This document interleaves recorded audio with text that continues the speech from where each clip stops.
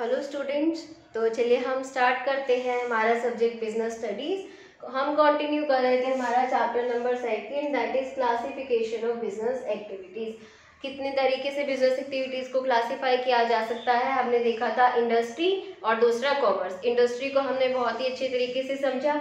उसके बाद हम कर रहे थे कॉमर्स। कॉमर्स को भी दो पार्ट्स में फर्दर डिवाइड किया जा सकता है, trade and auxiliaries to trade. Trade के बारे में हमने समझा, home trade, foreign trade, wholesale trade, retail trade, इन सब कंसेप्ट्स को हमने समझा था।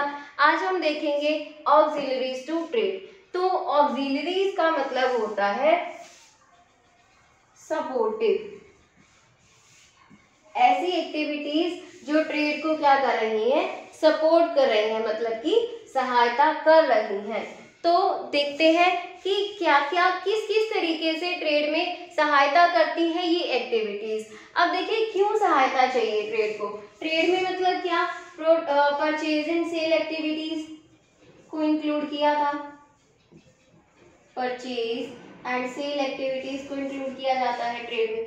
तो परचेज एंड सेल में जितनी भी तरह की हिंडरेंसेज आती हैं, हर्डल्स आती हैं, रुकावटें आती हैं, उन सब रुकावटों को दूर करने का काम करता है ये ऑक्सिलरीज टू ट्रेड। अल्टीमेटली बोला जाए तो हम ये बोल सकते हैं कि प्रोड्यूसर और कंज्यूमर, इन दोनों के बीच में जो गैप है उसे कवर करती है ये एक्टिविटीज ऑक्सिलरीज टू ट्रेड। तो देखते हैं कौन कौन सी रुकावटें आती हैं ट्रेड में, यानी कि परचेजिंग सेल एक्टिविटीज में। सबसे पहला बोला हिंड्रेंस ऑफ पर्सन्स। अब देखिए प्रोड्यूसर यानी कि इंडस्ट्री जिसने गुड्स प्रोड्यूस करके रख दिए, अब वो इंडस्ट्री क्या खुद अपने गुड्स कंज्यूमर्स तक पहुंचाएगी या फिर कंज्यूमर्स जाकर के इंडस्ट्री में गुड्स खरीदेंगे?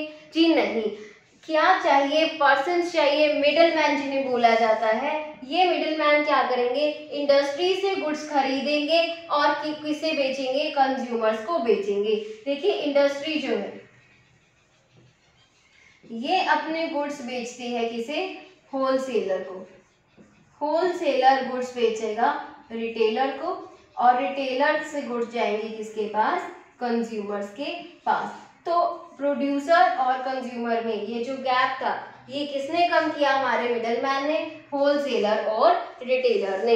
ना ही तो कंज्यूमर इंडस्ट्री में जाकर के गुड्स खरीद सकते हैं, ना ही इंडस्ट्रीज कंज्यूमर्स को आकर के गुड्स बेच सकती है। तो ये एक रुकावट थी कंज्यूमर्स के पास गुड्स पहुंचाने में और प्रोड्यूसर को अपना गुड्स सेल करने में। तो ऐसे में ये जो मिडिलमैन है हमारे होलसेलर और रिटेलर, इन्होंने क्या किया, अपने जो गुड्स है मतलब जो प्रोड्यूसर्स के गुड्स हैं वो किस तक पहुंचाए, कंज्यूमर्स तक पहुंचाए। अब हम देखते हैं हिंड्रेंस ऑफ प्लेस। अब देखिए प्रोड्यूसर और कंज्यूमर इनमें क्या है, बहुत ही ज़्यादा गैप है, मतलब बहुत ही ज़्यादा डिस्टेंस है। तो किस तरह से इस डिस्टेंस को कवर किया जा सकता है, with the help of transport. Transport के थ्रू प्रोड्यूसर्स की जो गुड्स है वो किस तक पहुंच जाएंगी, कंज्यूमर्स तक पहुंच जाएंगी। अब देखिए ये जो प्रॉब्लम थी ये तो होलसेलर और रिटेलर ने ही कवर कर दी थी। अब इंडस्ट्री ने गुड्स बेच दी होलसेलर को, तो होलसेलर किस तरह से गुड्स लेकर के जाएगा, पैदल घसीटते हुए लेकर जाएगा? जी नहीं। ट्रांसपोर्ट के थ्रू ये जो गुड्स है वो प्रोड्यूसर से लेकर के कहाँ तक पहुंचेंगी, कंज्यूमर तक पहुंचेंगी। तो ये जो प्लेस की हिंड्रेंस थी, किस तरह से डिस्टेंस को कवर किया जा सके, वो किसके थ्रू कवर हो पाएगा, हमारा ट्रांसपोर्ट फैसिलिटी के थ्रू। अब नेक्स्ट देखते हैं हम हिंड्रेंस ऑफ टाइम। देखिए कैसे, अब इंडस्ट्री क्या करती है, प्रोडक्शन किए जा रही है, प्रोडक्शन करके रख दिया और कंज्यूमर्स के पास गुड्स पहुंचने में टाइम लगेगा। तो तब तक जब तक कंज्यूमर्स गुड्स की डिमांड नहीं करते या गुड्स को खरीदते नहीं, अल्टीमेटली होलसेलर या फिर रिटेलर जब तक गुड्स को नहीं खरीदते हैं तब तक इंडस्ट्री कहाँ पर उसे उन गुड्स को स्टोर करके रखेगी। देखिए ये प्रॉब्लम सिर्फ इंडस्ट्री के लिए नहीं है, ये प्रॉब्लम इन तीनों लेवल पर होती है।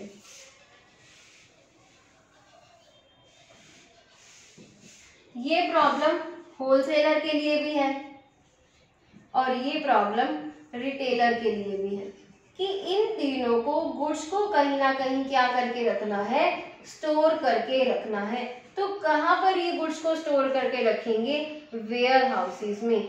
तो वेयर हाउसेज बनाए जाते हैं ताकि इन गुड्स को जब तक गुड्स कंज्यूमर्स तक मतलब जब तक कंज्यूमर्स इन गुड्स को खरीद नहीं लेते तब तक ये इन गुड्स को कहाँ पर स्टोर करके रखा जाएगा, वेयर हाउसेज में। वेयर हाउसेज ऐसी प्लेसेस होते हैं जहाँ पर गुड्स को सेफली स्टोर करके रखा जा सकता है, मतलब जहाँ पर ऐसा एनवायरनमेंट क्रिएट किया जाता है जहाँ पर हमारे गुड्स सेफ रहेंगे, मतलब जल्दी खराब ना हो पाए। फिर है hindrance of risk. Hindrance of risk मतलब कि रिस्क है चोरी ना हो जाए, आग लग जाए, भूकंप आ जाए, कोई भी नेचुरल डिजास्टर हो जाए, तो ऐसे में गुड्स क्या हो जाएंगी, बिल्कुल डिस्ट्रॉय हो जाएगी। तो जो इंडस्ट्री ने यानी कि प्रोड्यूसर से गुड्स खरीद ली थी होलसेलर ने, अब होलसेलर लेकर जा रहा है गुड्स अपने प्लेस तक ट्रांसपोर्ट के थ्रू। अब ट्रांसपोर्ट के थ्रू लेकर जा रहा है तो रास्ते में एक्सीडेंट हो गया, तो क्या अगर एक्सीडेंट हो जाता है तो सारा नुकसान किसको है, होलसेलर को है। अगर ट्रांसपोर्ट फैसिलिटी मतलब ये खुद बियर कर रहा है होलसेलर, तो सारा जो रिस्क है, जो सारा लॉस है, वो किसे बियर करना पड़ेगा, होलसेलर को। अगर होलसेलर की इतनी कैपेसिटी नहीं है रिस्क बियर करने की, तो कैसे पॉसिबल होगा, इंश्योरेंस कंपनी के थ्रू होलसेलर क्या करेगा, इंश्योरेंस कराएगा ताकि वो हर तरह के रिस्क से क्या हो सके, बच सके। ये कंसेप्ट भी इन तीनों पर लागू होता है। ये तीनों अपने रिस्क को कवर करने के लिए, अपने रिस्क से बचने के लिए, फ्यूचर में होने वाले लॉस से बचने के लिए क्या करते हैं, इंश्योरेंस कंपनी की हेल्प लेते हैं। इंश्योरेंस कंपनी क्या करेगी, इनके रिस्क को अपना रिस्क बना लेगी और इनका रिस्क क्या हो जाएगा, जीरो हो जाएगा। हिंडरेंस ऑफ फाइनेंस, अब इन तीनों को बिजनेस करने के लिए क्या चाहिए, पैसा चाहिए, फाइनेंस चाहिए। तो ये जो फाइनेंस इनको चाहिए, अगर इनके पास पहले से ही अवेलेबल नहीं है तो कौन इन्हें फाइनेंस अवेलेबल कराएगा, बैंकिंग कंपनी। अब देखिए जैसे कि ये होलसेलर है, इसे पहले गुड्स परचेज करने हैं इंडस्ट्री से। होलसेलर, देखिए मैं होलसेलर हूँ, मुझे किसी इंडस्ट्री से गुड्स परचेज करने हैं, तो मुझे उसके लिए पैसा चाहिए। हाँ, भले ही मुझे वो गुड्स सेल करके पैसा मिल जाएगा, लेकिन जब तक मुझे पैसा मिलेगा उससे पहले मुझे इंडस्ट्री को पेमेंट करना है, मुझे पैसे की ज़रूरत है, फाइनेंस की ज़रूरत है। तो वो जो फाइनेंस की ज़रूरत है वो कौन पूरा करेगा, बैंकिंग कंपनी।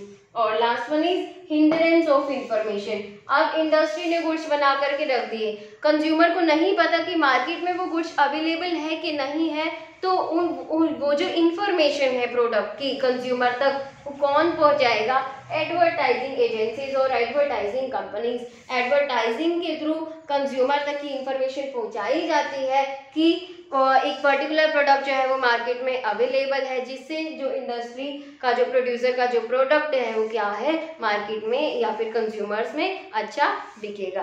तो ये सब जो हिंडरेंसेज है, रुकावटें हैं अलग अलग तरीके की, ये इन्हीं इंडस्ट्रीज के द्वारा या इन्हीं कंपनीज के द्वारा क्या की जाती हैं, फुलफिल की जाती है। ऑक्सिलरीज टू ट्रेड मतलब ट्रेड में सहायता करते हैं ये सब एक्टिविटीज, ताकि हमारा trade without any hurdle, without any obstacle perform किया जा सके, स्मूथली हमारी ट्रेड एक्टिविटीज को किया जा सके।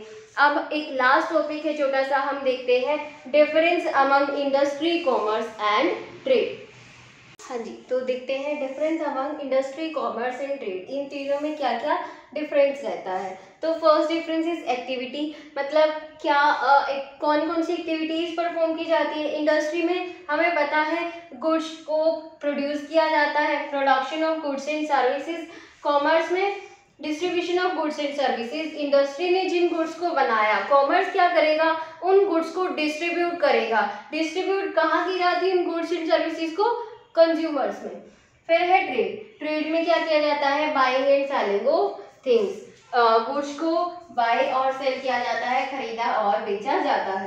कैपिटल रिक्वायरमेंट, इंडस्ट्री में बहुत ज़्यादा कैपिटल की ज़रूरत होती है, क्योंकि गुड्स को खरीद करके रॉ मटेरियल खरीदनी है, मशीन्स खरीदनी है, लेबर लानी है, ठीक है, जब जैसे कि प्रोडक्शन किया जा सके, तो मोर कैपिटल इज नीडेड और रिक्वायर्ड। कॉमर्स में capital requirement is less than industry, की जो कैपिटल की ज़रूरत है वो इंडस्ट्री से कम है। ट्रेड में capital required according to the nature of business. अगर हमारा बिजनेस है लार्ज लेवल पर है तो ज़्यादा कैपिटल की ज़रूरत होगी, और अगर हमारा बिजनेस स्मॉल लेवल पर है तो कम कैपिटल की ज़रूरत होगी।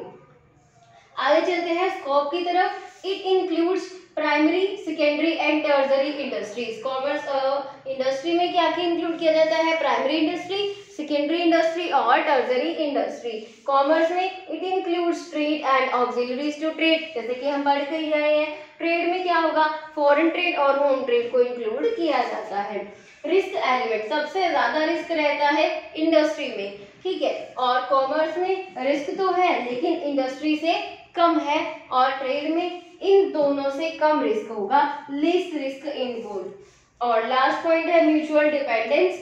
अब देखिए industry, commerce and trade both depend on industry. अगर इंडस्ट्री ने गुड्स ही प्रोड्यूस नहीं किए तो ट्रेड या फिर कॉमर्स का कोई मतलब एग्जिस्टेंस रह जाएगा? जी नहीं। तो इंडस्ट्री के बिना कॉमर्स और ट्रेड का बिल्कुल भी एग्जिस्टेंस, कोई भी एग्जिस्टेंस नहीं होगा। Commerce is not possible without trade. अब देखिए जो कॉमर्स है वो ट्रेड के बिना क्या है? पॉसिबल ही नहीं है। ट्रेड अगर बाइंग एंड सेलिंग एक्टिविटीज ही नहीं होंगी तो क्या कॉमर्स टिक पाएगा? जी नहीं, बिल्कुल भी नहीं। ट्रेड क्या है? कॉमर्स का एक मेजर पार्ट है जिसमें गुड्स एंड सर्विसेज को परचेज एंड सेल किया जाता है, बाय एंड सेल एक्टिविटीज की जाती है। अब ट्रेड के बारे में, without trade no justification of industry and commerce. अगर ट्रेड ही नहीं हो तो ना तो कॉमर्स का कोई मतलब रह गया और ना ही इंडस्ट्री का। देखिए ट्रेड में क्या किया गया? बाइंग एंड सेलिंग एक्टिविटीज को इन्वॉल्व किया जाता है। अब अगर ट्रेड एक्टिविटीज ही नहीं हो तो इंडस्ट्री ने गुड्स प्रोड्यूस करके रख दिए लेकिन बाइंग एंड सेलिंग एक्टिविटीज ही नहीं हो रही, इंडस्ट्री की जो गुड्स है वो कंज्यूमर तक पहुंचा ही नहीं पा रहे, तो क्या इंडस्ट्री और कॉमर्स इन दोनों का कोई मीनिंग होगा? बिल्कुल भी नहीं। तो industry and commerce both are meaningless without trade. तो इसी तरह से इसी टॉपिक के साथ ही जो हमारा चैप्टर है second classification of business activities ये कंप्लीट होता है। तो आई होप आपको ये चैप्टर अच्छे से समझ में आया होगा। इसी तरह से हम कोशिश करेंगे कि आपका जो बिजनेस स्टडीज का सिलेबस है हम कवर करते जाएं, कंसेप्ट्स को क्लियर करते हुए। आप लोग भी हमारे साथ बने रहिए, कॉन्टिन्यूसली इन वीडियो लेक्चर्स को स्टडी कीजिए ताकि आपका एक अच्छा फ्लो बना रहे, बिजनेस स्टडीज आपके हाथ में रहे, आप अच्छे से कंसेप्ट समझ पाए। तो देखते रहिए और हमारे चैनल के साथ बने रहिए। Thank you.